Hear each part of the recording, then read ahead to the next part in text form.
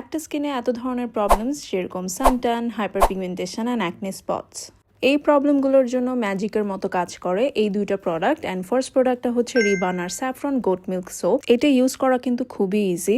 রিবানার এই সোপটা কিন্তু অনেক অনেক ডিমান্ডিং একটা সোপ। এই সোপটা বেসিক্যালি আপনাদের হাইপার পিগমেন্টেশন, ট্যানিং এবং ডার্ক স্পট রিমুভ করতে অনেক হেল্প করবে। সোপটা প্রথমে পানিতে ভিজিয়ে এরপর ফোম ক্রিয়েট করে নিতে হবে, এরপরে কিন্তু এটা ফেসে ইউজ করতে হবে। ভালো করে ম্যাসাজ করার পর হচ্ছে ফেসটা ওয়াশ করে নিতে হবে। এরপর হচ্ছে দেখেন ফেসটা অনেক বেশি গ্লোয়িং অ্যান্ড ব্রাইট দেখায়। রেগুলার 2 বার যদি তোমরা এই বারটা ইউজ করো তাহলে হচ্ছে ম্যাজিকের মতো একটা রেজাল্ট দেখতে পাবা। ফেস ওয়াশ করার পর আমি ইউজ করছি রিবানার এই স্যাফরন ব্রাইটেনিং জেল।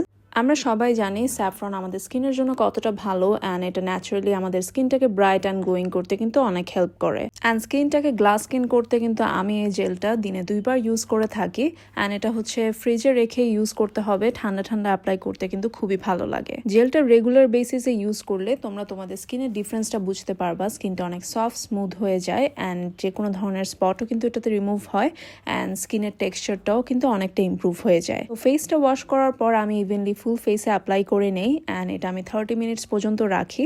30 মিনিটস পরই হচ্ছে আমি আমার ফেসটা ওয়াশ করে ফেলি।